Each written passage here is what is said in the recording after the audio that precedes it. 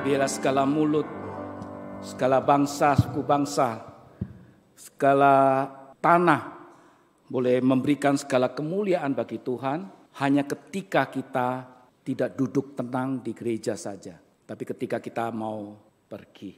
Mari kita berdoa. Kami boleh ada di tempat ini karena mahalnya darah yang sudah Tuhan curahkan di atas kayu salib untuk kami. Tidak cukup hanya satu kata puji Tuhan. Tidak ada satupun hal yang bisa menggambarkan sukacita kami oleh karena keselamatan yang Tuhan berikan. Dan kami tahu semuanya itu hanya bisa diwujudkan ketika kami memberitakan apa yang sudah terjadi dalam hidup kami atas apa yang sudah Tuhan karyakan dalam karya keselamatan dalam hidup kami. Mampukan kami ya Tuhan. Hari ini sekali lagi kami ingin mendengar isi hati Tuhan untuk setiap kami. Terpujilah nama Tuhan, siapkan hati kami. Di dalam nama Tuhan Yesus, kami mau berdoa dan bersyukur. Amin. Hari ini sesuai dengan tema yang sudah diberikan oleh pengurus MPI kepada saya, yaitu dengan tema apa yang dapat kita atau saya lakukan untuk orang-orang di sekitar saya. Untuk orang-orang yang dipercayakan kepada kita. Untuk orang-orang yang membangun atau kita bangun relasi dengan mereka. Apa yang harus kita kerjakan. Setelah beberapa hari yang lalu, 2 hari yang lalu tepatnya, ada seorang yang menelpon saya karena adik iparnya itu diketahui mengidap kanker usus. Kemudian dia WA saya, "Musa boleh saya telepon?" Dia bilang boleh. Tetapi akhirnya saya yang langsung telepon dia dan kita kemudian ngobrol dan dia bertanya bagaimana bisa mengetahui bahwa istri Pak Samgar kena kanker, bagaimana prosesnya, bagaimana mencari rumah sakit, dokter dan sebagainya. Kemudian saya memberitahukan secara detail apa yang sudah kami alami, apa yang sudah terjadi pada istri dan bagaimana kami bisa survive menghadapi kanker itu. Setelah intinya yang saya ingin mau katakan, saya rindu untuk berbagi kepada orang-orang yang mengalami nasib yang sama dengan istri saya yang mengidap kanker. Supaya mereka juga bisa survive, mereka bisa menemukan beberapa alternatif dan mereka juga boleh berjuang bersama-sama dengan para pengidap kanker. Saudara yang kasih Tuhan Yesus, Omar Ishrak, seorang pimpinan perusahaan kesehatan Medtronic, itu berkata demikian, "Saya benar-benar merasa terhormat telah membantu menyelamatkan bahkan satu nyawa pun." Bila merenungkan dalam perjalanan Medtronic perusahaan pengobatan ini atau perusahaan obat ini, dia bilang merenungkan jumlah nyawa yang telah kita pengaruhi secara positif selama 9 tahun terakhir. Setelah Medtronic punya misi 3, yaitu mengurangi rasa sakit kepada para penderita, memulihkan kesehatan mereka, dan kalau dimampukan boleh memperpanjang hidup mereka. Saudara, bukankah misi gereja tidak jauh berbeda dengan itu? Saudara, misi gereja adalah kepanjang tanganan daripada hati Bapa terhadap manusia yang diciptakan oleh Dia. Saudara, mari kita melihat perikop Yohanes pasal yang keempat yang menjadi hati daripada Bapa terhadap dunia ini. Yohanes pasal yang keempat ayat 35 hingga ayat ke-38. Saya akan bacakan dari TB2. Berbunyi demikian. Bukankah kamu mengatakan 4 bulan lagi tibalah musim menuai. Namun aku berkata kepadamu, lihatlah sekelilingmu dan pandanglah ladang-ladang yang sudah menguning dan matang untuk dituai. Sekarang juga penuai telah menerima upahnya dan ia mengumpulkan buah untuk hidup yang kekal. Sehingga penabur dan penuai sama-sama bersukacita. Sebab dalam hal ini benarlah peribahasa yang seorang menabur dan yang lain menuai. Aku mengutus kamu untuk menuai apa yang tidak kamu usahakan.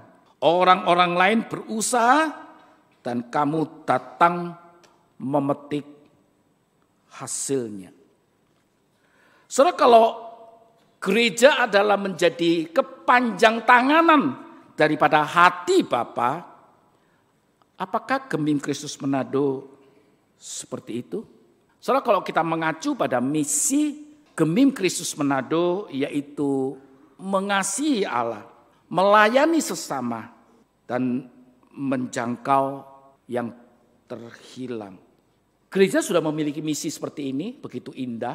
Tetapi jadi masalah, apakah kita memahami hati Bapa di dalam gereja kita, dan kita menjadi pelaku-pelaku daripada hati Bapa itu.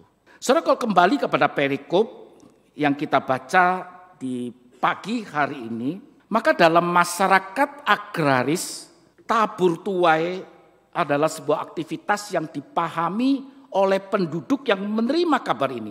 Dan mereka mengetahui hal itu. Mereka kemudian di dalam ayat ke-35 berkata bahwa 4 bulan lagi, dikatakan 4 bulan lagi tibalah musim menuai. Saudara, pelayanan itu butuh yang namanya kepekaan. Melihat, memiliki hati, berpikir pada orang-orang di sekitar kita, itu butuh yang namanya ketajaman rohani. Ketajaman rohani tidak dibangun dengan begitu saja dan kemudian bisa muncul tanpa kita membangun relasi dengan Tuhan. Saudara, kalau pelayan butuh kepekaan, maka kita sadar kita perlu terus setiap hari bergaul dengan Tuhan. Saudara, di dalam hukum tabur tuai, Tuhan kemudian mengoreksinya.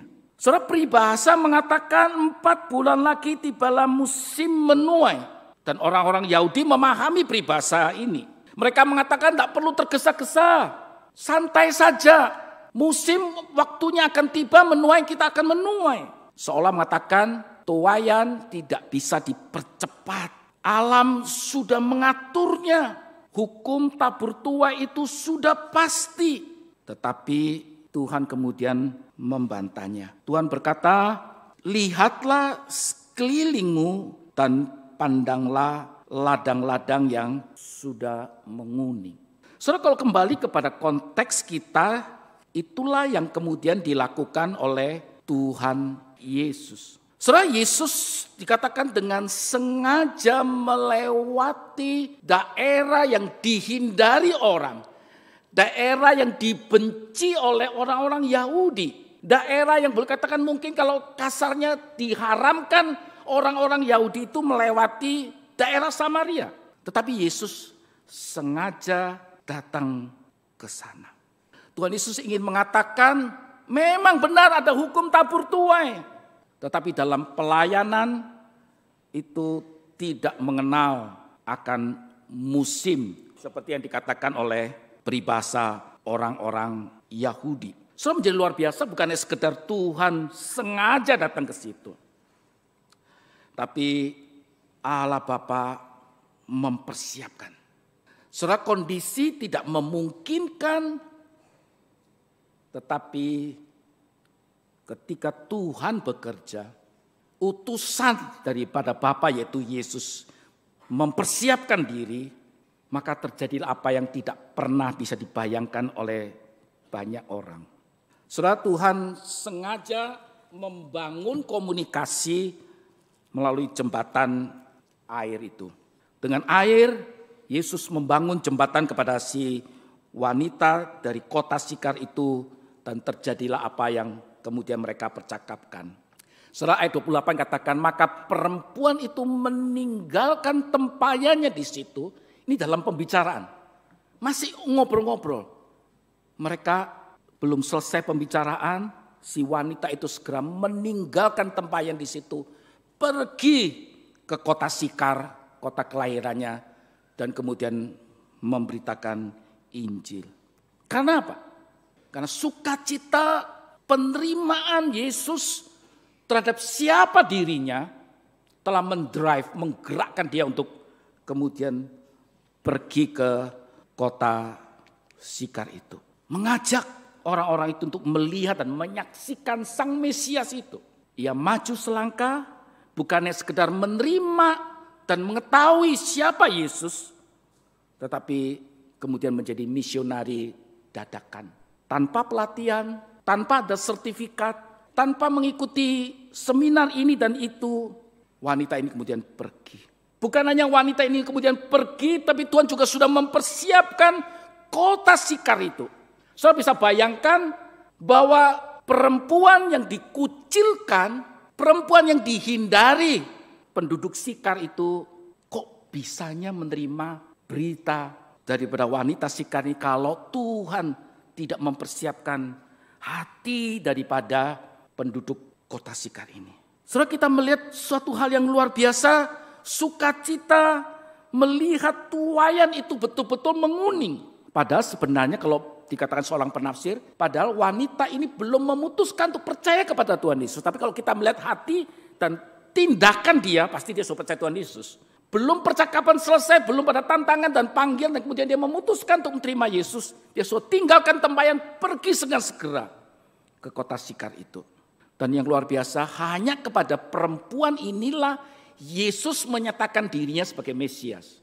Kepada Petrus dia tidak mengatakan. Tapi Petrus yang mengatakan bahwa engkau adalah Mesias. Kepada para imam dia tidak pernah mengatakan. Ketika mereka bertanya, apakah engkau Mesias? Yesus tidak menjawab. Dan dia hanya mengatakan, engkau yang mengatakannya, bukan saya. Saudara, ini anugerah yang besar, di mana pada perempuan, bukan orang Yahudi, tanda petik lagi, perbuatan dan karakternya yang tidak disukai banyak orang, tapi pada orang yang seperti ini, yang secara kriteria tidak memungkinkan untuk mendapatkan anugerah Tuhan, tapi Tuhan secara khusus menyatakan bahwa aku adalah Mesias. Sebuah anugerah yang tidak didapatkan dari seluruh cerita di dalam Perjanjian Baru untuk mengetahui bahwa Yesus benar-benar adalah Mesias. Dan Tuhan katakan sekarang, jangan tunda. Saudara, memang pelayanan misi tidak semudah yang kita pikirkan dan kita bayangkan. Saudara, walaupun pelayanan misi adalah pelayanan yang tidak mudah, tapi kita sadar itulah hati Bapa. Itulah kerinduan Tuhan. Itulah keinginan Tuhan terhadap setiap kita, bukan sekedar duduk di tempat ini. Saudara, hambatan besar dalam pelayanan misi sebenarnya bukan jarak, bukan lokasi terasing misalkan. Waduh, banyak orang-orang yang kita tahu begitu keras. Bukan. Bukan juga masalah transportasi. Hambatan terbesar adalah karena cara kita melihat pelayanan misi. Hati kita terhadap misi itu yang menjadi hambatan terbesar dalam hidup kita. Tetapi kalau sudah waktunya Tuhan, kalau Tuhan sudah beracara, maka kapanpun dan dimanapun kita gak pernah bisa bayangkan tiba-tiba wanita Sikar itu diterik panas luar biasa. Di tempat yang begitu jauh dari kota.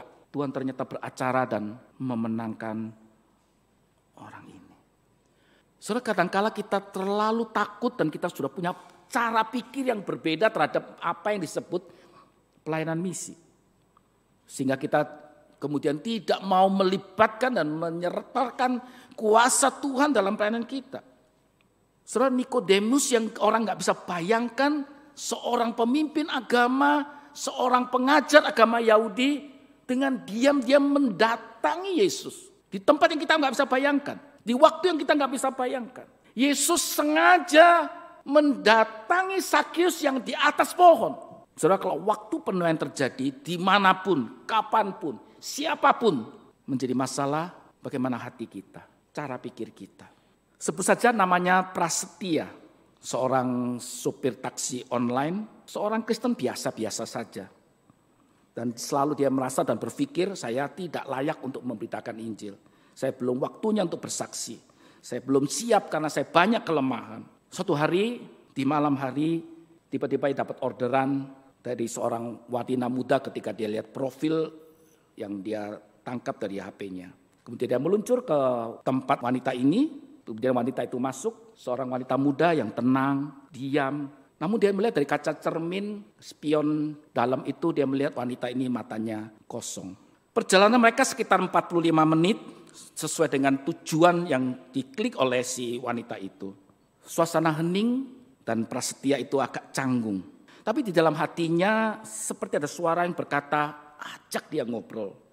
Ajak dia tanyakan bagaimana kondisinya dan sebagainya. Padahal sebagai sopir taksi online dia super prinsip, saya tidak akan pernah memulai pembicaraan kalau tidak diminta dan diajak bicara oleh si penumpang. Tapi gerakan itu makin hari makin kuat. Bukan makin hari, makin waktu makin kuat. Ia bergumul, Tuhan saya ragu. Engkau tahu siapa saya, mau ngomong apa? Memulai dengan kata apa saya memulainya? Dan saya tidak pandai bicara, tapi dia tunduk dan mentaati suara itu. Akhirnya Prasetya memulai dengan bertanya, Nona, terlihat engkau lelah dari matamu. Apakah engkau baik-baik saja? Saudara, perkataan yang sederhana seolah-olah biasa juga saya tanyakan pada orang lain yang menjadi penumpang selama ini di mobil saya. Tapi pada wanita ini kemudian dampaknya berbeda. Wanita itu gak bisa menahan air matanya. Dia mulai bercerita dengan apa yang sedang terjadi pada hidup dia dan ingin mengakhiri hidup dia di malam itu. Dia berkata, saya sebenarnya gak punya tujuan tulis. Dan kalau nanti di perjalanan ada jembatan, saya ingin melompat dari jembatan itu. Si Prasetya itu kaget mendengar apa yang diungkapkan daripada wanita muda ini. Di hatinya berdebar. Ia tidak tahu harus berkata apa melihat respon wanita itu yang begitu tidak pernah dia bisa bayangkan. Tiba-tiba dia terpikir, dia bilang ada seseorang yang tidak akan pernah meninggalkan kamu. Aku sudah pernah di masa-masa seperti itu, tetapi saya tahu ada seseorang yang tidak akan pernah meninggalkan saya dan meninggalkan dirimu. So perkataan yang sederhana. Singkat cerita dari percakapan itu kemudian dalam beberapa minggu dan beberapa bulan kemudian dia mendapatkan WA daripada wanita itu karena Prasetya kasih pemberitahuan kalau ada apa-apa bisa share, saya bisa doakan kamu. Dan dia kemudian ternyata wanita itu berubah total.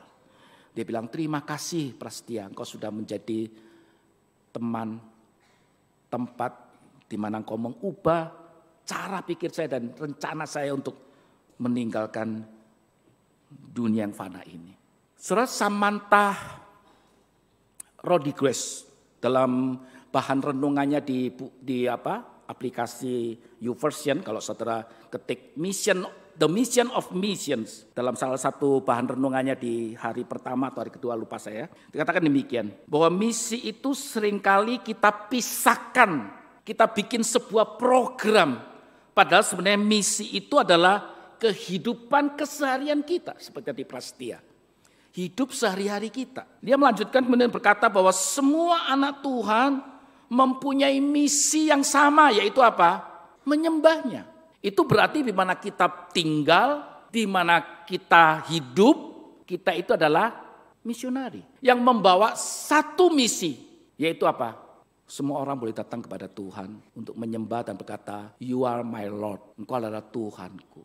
Saudara, itu artinya bahwa misi adalah membawa semua orang untuk kemudian menyembah Tuhan, menjadi murid-murid Tuhan. Sehingga dalam bahasa abstraknya bisa kemudian memuliakan Tuhan dan kembali pada Sang Penciptanya. Saudara, tadi bacaan yang kita tadi baca dalam bacaan berbalasan bahwa pekerjaan yang kita lakukan, apapun yang kita lakukan untuk Tuhan tidak akan pernah sia-sia. Amin. Kok nggak berani ngomong amin? Karena nggak melakukannya ya. Karena nggak pernah berjerih payah. Saudara, apapun yang kita kerjakan di dalam Tuhan tidak akan pernah sia-sia. Bukan berarti nggak sulit. Tapi kesulitan, penderitaan, tantangan itu akan membawa kita pada satu titik upah. Terlalu banyak orang sudah menikmati upah di dunia ini bagi para pelayan-pelayan Tuhan. Tapi upah yang kita tunggu adalah nanti di surga kelak. Engkau gak mau menikmati upah dari Tuhan? Halo? Hanya mau menikmati upah di dunia saja? Enggak kan? Kita ini rindu menikmati upah kan? Saudara, Tuhan Yesus dalam pelayanan kepada orang Samaria itu ayat 40 katakan, kemudian dia mengundang Yesus untuk tinggal di rumahnya. Tuhan Yesus langsung menikmati upah. Tinggal di wanita Samaria ini, di kota Sikar itu. Saudara, gak ada pelayanan yang tidak akan membawa upah. Dan biarlah itu memberikan sebuah vitamin rohani kita ketika kita memberitakan Injil dan ada orang yang dimenangkan. Beberapa bulan kami cuti sabatikal, 3 bulan cuti sabatikal itu semua itu pas mempunyai kesempatan untuk ngobrol kebanyakan dengan kaum wanita ya. Tadi yang mengabarkan dia menantang mereka untuk percaya Tuhan Yesus. Terakhir sebelum kami pulang, kami sempat main ke Bandung dan mengabarkan Injil pada mama daripada jemaat kami waktu di Bandung dulu dan tinggal di situ. Dan kemudian kami menyampaikan Injil itu. Saudara, sukacita tentu, bukan hanya si anaknya yang sukacita, mamanya sukacita, kami juga yang mendengar dan semua yang menyampaikan juga sangat sukacita. Saudara, itu artinya bahwa pelayanan yang kita percayakan adalah pelayanan yang membawa kita pada sebuah sukacita yang tidak terbayangkan. Ayat 37 katakan, peribahasa berkata, benarlah peribahasa yang mengatakan yang seorang menabur dan yang lain menuai. Saudara, itu artinya bahwa pelayanan itu adalah kolaborasi. Mari kita kerjasama atau bekerja bersama-sama.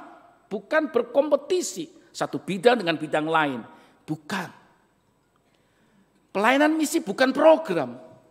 Pelayanan misi itu adalah sesuatu yang natural, mengalir dari hidup kita. So kalau membayangkan sebuah permainan dalam pertandingan sepak bola, menurut aturan FIFA itu 2 tim itu memiliki 46 pemain. 22 aktif di lapangan, 22 aktif di bangku cadangan. Tapi setiap pemain punya perannya masing-masing, baik yang aktif bertanding maupun yang di belakang, yang cadangan. Ada seorang yang menjadi kiper, yang menjaga gawang, ada yang pemain yang bertahan, ada pemain gelandang yang menyerang, membantu penyerang ataupun membantu pertahanan. Dan juga ada yang memberikan asis, operan-operan. Supaya penyerang itu bisa kemudian membawa bola dan menghancurkan pertahanan lawan. Seluruh pemain, 46 pemain itu hanya satu misi. Membobolkan atau menyerang gawang lawan. Bukankah kita gereja seperti sebuah tim sepak bola yang di mana seluruh jemaat, seluruh program, seluruh keuangan kita, seluruh talenta kita, seluruh resources yang kita miliki hanya satu tujuan, yaitu memuridkan semua orang untuk menjadi murid Yesus. Untuk kemudian semua orang datang menyembah Tuhan dan berkata, Tuhan, Engkau adalah juru selamatku. Sering kasih Tuhan Yesus, beberapa orang dipanggil mungkin untuk merintis gereja. Ada beberapa orang dipakai untuk memperlengkapi para pemimpin. Dan ada beberapa orang yang dibawa untuk memberikan pengharapan demi pengharapan. Seperti tadi Prastia memberikan pengharapan pada wanita muda itu. Tapi juga mungkin ada orang yang hanya menyediakan telinga. Mendengar pergumulan-pergumulan orang itu. Dan sesekali dia memberikan input-input yang kemudian memberikan harapan bagi dia. Memberikan penghiburan bagi orang itu. Pada intinya semua itu untuk kita berkolaborasi menjadi kepanjang tanganan daripada hati Bapa. Saudara, gereja kita adalah gereja yang sangat istimewa. Gereja kita adalah gereja yang sangat unik. Tuhan berikan jemaat ini bukan sekedar besar, dananya besar, bukan hanya itu. Tetapi di jemaat ini ada berbagai etnis yang ada. Kita juga memiliki profesi-profesi yang unik di jemaat kita. Mari kita seriusi bersama-sama dengan MPI bahwa bagaimana memobilisasi, membantu, mengingatkan, membuka wawasan pada seluruh jemaat yang memiliki segala profesi.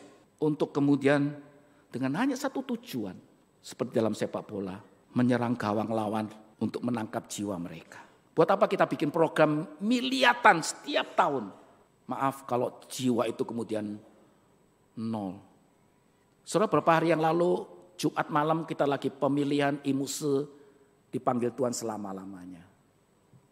Dia selalu mengingatkan Samgar, jangan bikin program menggendutkan otak jemaat, perut jemaat, tetapi kakinya makin hari makin kecil. Ya kalau perempuan dicungkok zaman dulu, kalau kakinya kecil makin cantik, ya, makin dicari orang. Kalau orang cungkok ya dulu ya. Saudara, kalau resources kita semuanya hanya mengecilkan kaki kita, mengecilkan hati kita untuk memberitakan Injil, saya khawatir musuh Irawan bangkit dari petinya nanti. Benar, seorang yang selalu punya hati misi. Dia selalu mengingatkan khotbah, jangan lupa bawa misi. Siap musuh, saya selalu akan mengingatkan jemaat dan mengingatkan saya sendiri. Bahwa gereja ada untuk misi. Gereja ada untuk misi, gereja ada untuk misi. Gereja bikin program ribuan orang untuk dijangkau supaya menjangkau orang lain lagi. Kita banyak kelebihan, terlalu banyak kelebihan. Tetapi apa kelebihan itu kita sadari, kita maksimalkan sehingga orang begitu gentar dengan kehadiran kita karena gaungnya, getarannya itu kemudian dirasakan resonansinya oleh banyak orang secara khusus di Sulawesi Utara ini. Yang seorang menabur, yang lain menuai. David Livingstone mengatakan demikian, Christ alone can save the world. Amin. Saya yakin semua amin kalau nggak memberitakan Injil ya. Pasti amin, benar. Kristus bisa sendirian mengabarkan Injil dan memenangkan seluruh manusia di dunia ini. Tetapi problemnya adalah apa? But Christ cannot save the world alone. Dia ingin melibatkan setiap kita. Saudara, kalau MPI pengabaran Injil selalu suruh itu khusus hamba Tuhan. Khusus MPI. Stroke. Untung mereka selama saya di Geming Kristus ini, untung gak ada satupun pengurus yang stroke begitu. Karena ada sebagian lumayan yang support. Saya rindu bukannya sebagian, kalau bisa Tuhan gerakkan seluruh jemaat mensupport pelayanan ini. Sehingga imuse dan hamba-hamba Tuhan yang lain meninggal dengan sukacita karena apa? Jemaat sudah terlibat di dalamnya. Apapun yang kau berikan. Saudara yang dikasihi Tuhan Yesus, ketika kita mengabarkan Injil, sadarlah sebelum kita menuai, sebelum kita menabur, Tuhan itu sudah menanamkan benih-benih. Saudara, Markus pasal 4 ayat 26-27 dalam terjemahan baru saya singkat begini. Lalu katanya beginilah hal kerajaan Allah itu. Seumpama orang yang menabur benih. Tetapi Tuhan sebenarnya sudah menabur benih itu. Dikatakan kemudian dalam 1 Korintus, aku menanam, Apolos menyiram, tetapi Allah yang memberi pertumbuhan. Bukannya sekedar Allah juga bekerja, turut mengambil bagian pada penabur dan penuai, tapi juga Allah memberi pertumbuhan. Tugas kita hanya mengabarkan. Allah nanti yang bekerja menyuburkan benih-benih yang pernah kita sampaikan. Saudara, setiap orang itu ada masanya. Dan setiap masa ada orangnya. Setiap masa penuaian itu Tuhan selalu berikan penuai-penuai. Tetapi apakah ketika terjadi penuaian itu, engkau di dalamnya enggak? Atau engkau hanya penonton? Sungguh sebuah sukacita dan upah besar kalau kita dilibatkan Tuhan dalam masa penuaian itu. Kita rindu statement kedua, setiap masa ada orangnya dan kitalah orangnya di dalam itu. Sekaranglah waktunya dan kita rindu setiap kita tidak berdiam diri. Saudara ingat tidak ada seorang pun yang bisa memaksakan waktu Tuhan tiba. Tetapi kalau waktunya Tuhan juga tiba, tidak ada seorang pun yang mencegah walaupun kau nggak bergerak. Tuhan bisa pakai orang lain, Tuhan bisa pakai instansi lain. Tetapi saya rindu selama tiap kali bulan misi dibuat supaya kita bergandengan tangan, kita diingatkan, kita disentakkan kalau boleh. Oh, ada sesuatu yang dalam kesibukan, dalam rutinitas, dalam kelelahan kita di dunia ini. Ternyata sesuatu yang sangat menggugah kita untuk kita melakukan sesuatu. So, kalau mau jujur dalam segala rutinitas, kelelahan demi kelelahan. Setiap hari rutinitas yang sama, bangun pagi. Mungkin kalau ibu-ibu bingung mau masak apa. Sudah harus mempersiapkan makanan untuk anak, untuk mama mertua, papa mertua, untuk suaminya. Dalam setiap hari lakukan itu. Kalau tidak ada tujuan untuk memenangkan jiwa, betul-betul hidup kita hanya kosong. Tidak ada greget yang membuat kita sukacita. Biarlah sukacita wanita dari Sikar itu menjadi sukacita bagi setiap kita. Hati yang berkobar-kobar untuk masuk ke dalam kota Sikar itu juga menjadi hati setiap kita. Mari kita evaluasi. Apakah seluruh pekerjaan saudara sampai detik ini, semua yang kau hasilkan apapun itu, dengan segala profesi apapun yang kau lakukan, apakah selalu dikaitkan dengan Tuhan? Siapapun yang kau kenal, orang-orang di sekitarmu yang kau berikan waktu untuk engkau membangun relasi, apakah itu untuk Tuhan? Semisal kita sebagai marketing asuransi, berbicara ketika kita membangun relasi, bukan supaya dia nanti bisa menerima penawaran asuransi kita, tapi kita banyak satu tujuan. Semoga dia kenal Tuhan. Apakah semua yang kau lakukan itu ditujukan kepada Tuhan? Hatimu, hidupmu, mimpimu, hasrat hidupmu, bahkan maaf mungkin popojimu, materi yang kau miliki, apakah semua ditujukan pada Tuhan? Sebulan kami di Surabaya, ada yang memberikan sukacita pada kami, tapi ada juga yang menyedihkan bagi kami. Ada orang yang sibuk dengan uang dan kemudian jatuh dengan keuangannya. Ada yang orang bergumul dan berkelahi gara-gara uang. Sehingga kemudian saya berpikir hidup mereka sebenarnya untuk apa sih?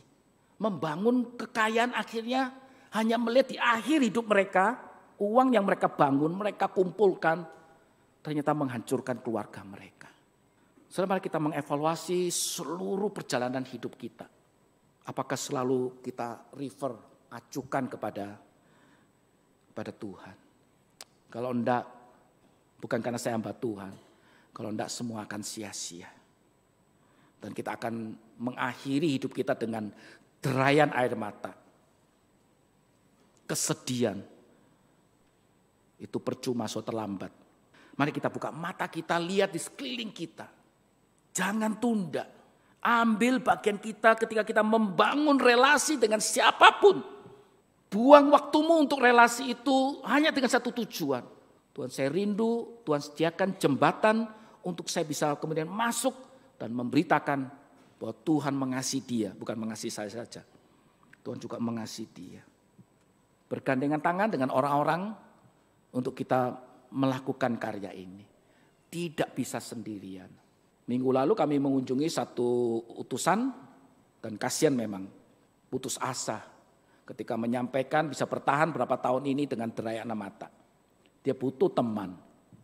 Kita butuh teman untuk melayani Tuhan. Saudara, melayani Tuhan walaupun itu Tuhan yang memberikan sukacita. Tapi kalau tidak ada supporting, kita akan lelah. Kita akan burn out. Mari kita bergandengan tangan. Biarlah MPI kita terus doakan mereka menjadi, boleh katakan, tim yang terus mengingatkan kita. Membantu kita untuk mencarikan teman-teman untuk saling mengabarkan Injil. Akhir kata, Henry Martin berkata demikian, bahwa spirit atau semangat daripada Kristus atau roh Kristus itu adalah roh misi. Jadi setiap kita yang mendekat kepada Dia, saya yakin tidak mungkin tidak kemudian punya hati misi dan terkobar, terbakar, terpengaruhi, terkontaminasi oleh hati dari Yesus. Biarlah hati Yesus itu, hati Bapa itu ada dalam hidup saudara sekarang ini. Dan kiranya Roh Kudus itu terus membuat engkau gelisah. Seperti papa dari pendeta Rick Warren. Sebelum meninggal, Tuhan berikan satu jiwa lagi untuk aku. Satu jiwa lagi. Dan dia mengingatkan pendeta Rick Warren. Jangan lupa beri satu jiwa untuk Tuhan. Satu jiwa untuk Tuhan. Tidak usah susah-susah. Prinsip paling sederhana, berdoalah Tuhan. Kalau Tuhan beri kesempatan, berikan satu jiwa saja seumur hidup saya. Kalau saudara dapat satu jiwa, saudara tidak akan mungkin diam kemudian hanya satu jiwa. Oh, ternyata begini ya, sukacitanya begini ya. Tapi minim satu jiwa dulu. Bertekadlah bangun 1 tahun ke depan, Juli ini sampai Juli depan, 1 jiwa saja untuk Tuhan. 1 jiwa saja untuk Tuhan. Mari kita berdoa. Mampukan kami. Mampukan kami Tuhan. Siapalah kami ya Tuhan. Engkau tahu kondisi kami masing-masing. Atau terlalu banyak kami yang merasa tidak ideal untuk menjadi saksi-Mu ya Tuhan.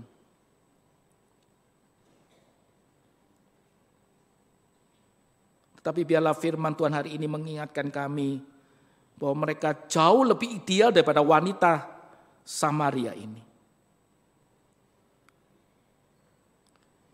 Biarlah hati pengabaran Injil daripada wanita dari kota Sikar ini menjadi bagian hidup kami semua.